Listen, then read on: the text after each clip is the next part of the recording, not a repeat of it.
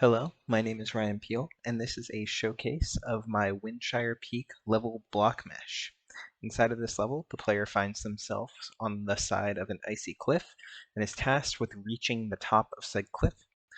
They have a few different means of traversing a couple of different paths and are capable of finding a few things that they can do along the way that might help them or just things to collect that they might be interested in.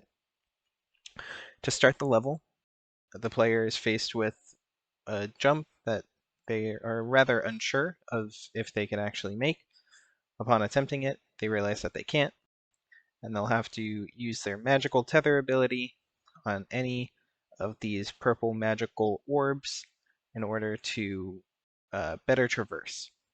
The player might also notice in this little crevasse one of the optional objectives, uh, prior adventurers that have failed on this journey that they are trying to succeed. They will later be able to go up and loot their bodies for a set amount of coins, and we'll be able to see how many coins each player gets at the end of each level. The first path of many that the player might notice are these floating platforms. Um, they're probably the most rewarding to traverse. They're the most fun and enjoyable, relying heavily on this tether ability. However, they can also be the most dangerous. If a player falls off, it'll teleport them back to the last safe location that they were in. One of the other ways that the player can traverse across this level is through the cliffside. Cliffside is relatively dangerous, less reliant on the tether, but still a little reliant on it. They can easily enter into one of the other paths through this cliffside. They will also find a slew of other collectibles like this red gem, another optional objective.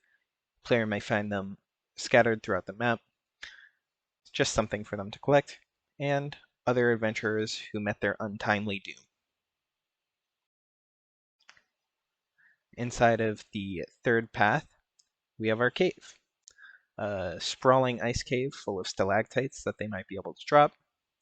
Other dead adventurers who didn't quite make it to the top. Gems that they can collect.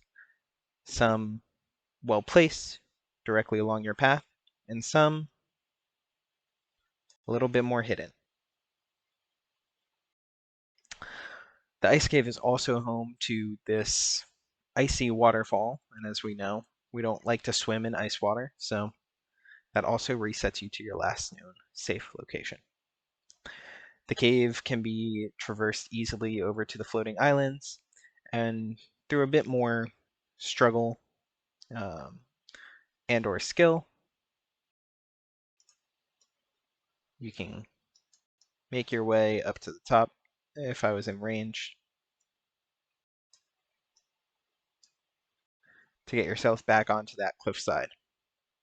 They can also head over here, grab a sneak peek of what's to come later, and meet another adventurer who may have made it up there but ended up falling down, couldn't find their way out. So as we go along, we have 3 interweaving paths. One that takes you a little further than others, could have made that jump.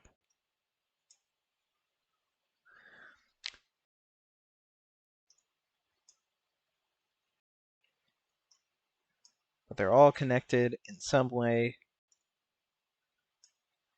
so that the player is capable of collecting all optional objectives,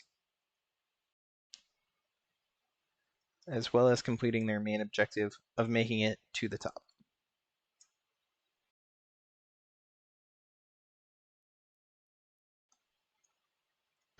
And even if the player falls down to here,